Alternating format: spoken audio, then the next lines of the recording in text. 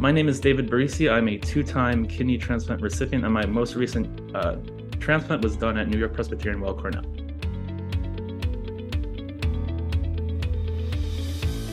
So I did have my first kidney transplant back in 2010, and my most recent one was in February of this year. So we're talking quite a gap there.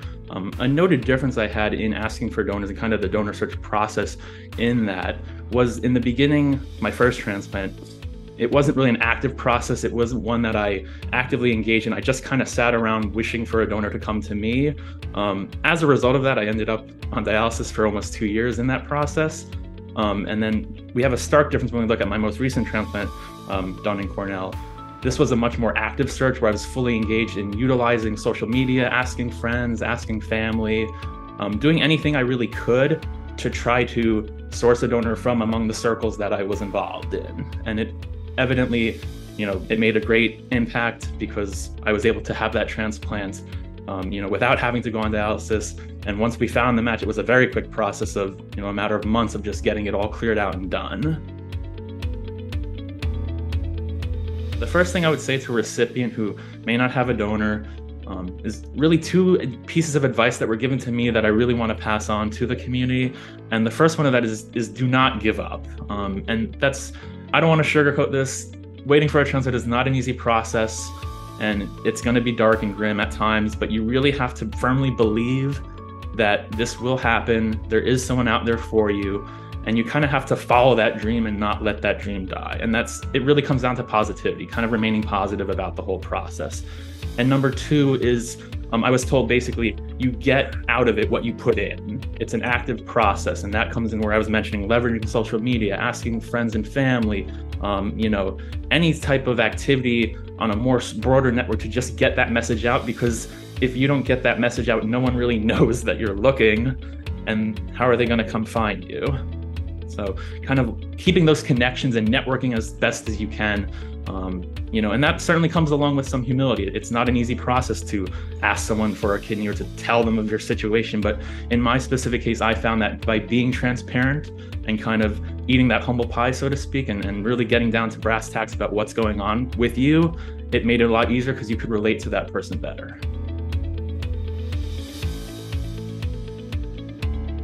My life has changed drastically since my most recent transplant.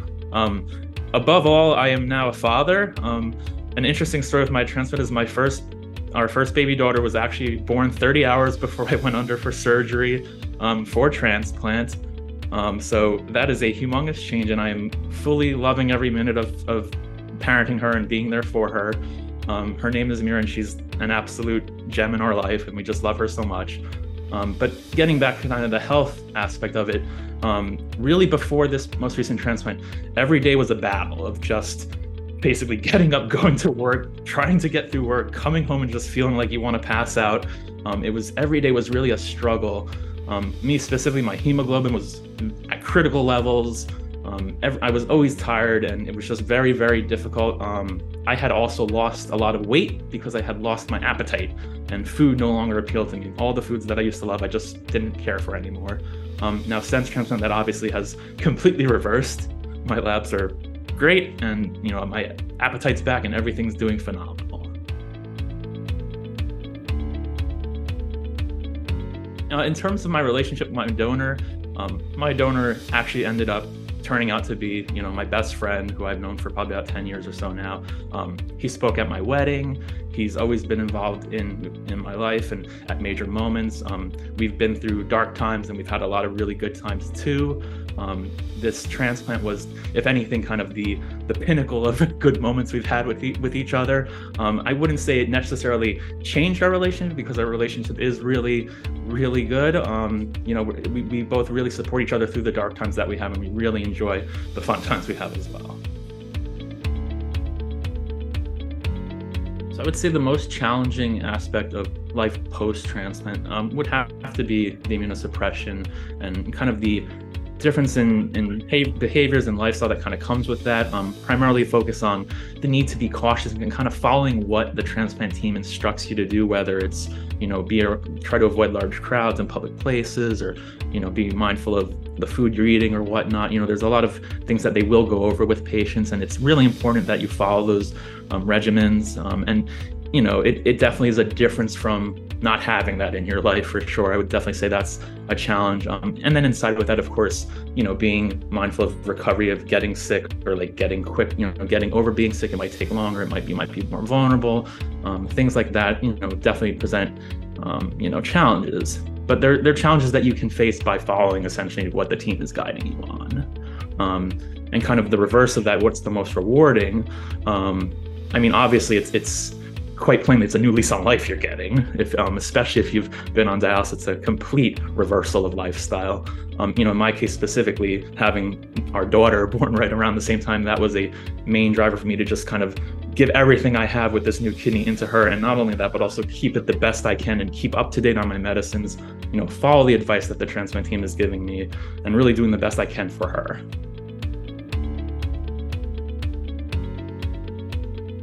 I chose to come to New York Presbyterian, Weill Cornell, for my transplant, really interestingly, because, as you know, I'm a 2-time transplant recipient. The first transplant I had, the center that was caring for me, it unfortunately started to go down the tubes, so to speak. A bunch of doctors had left the team.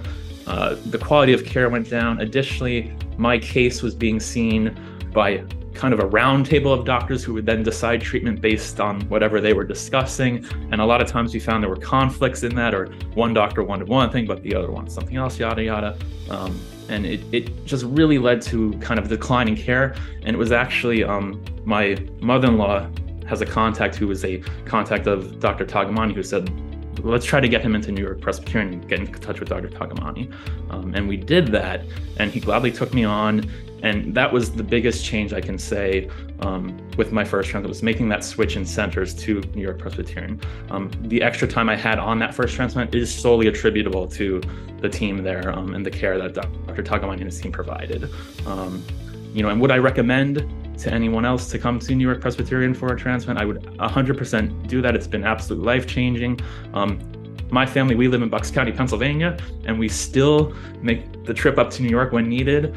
I would certainly recommend anyone else does, just because you cannot beat that quality of care that you have there.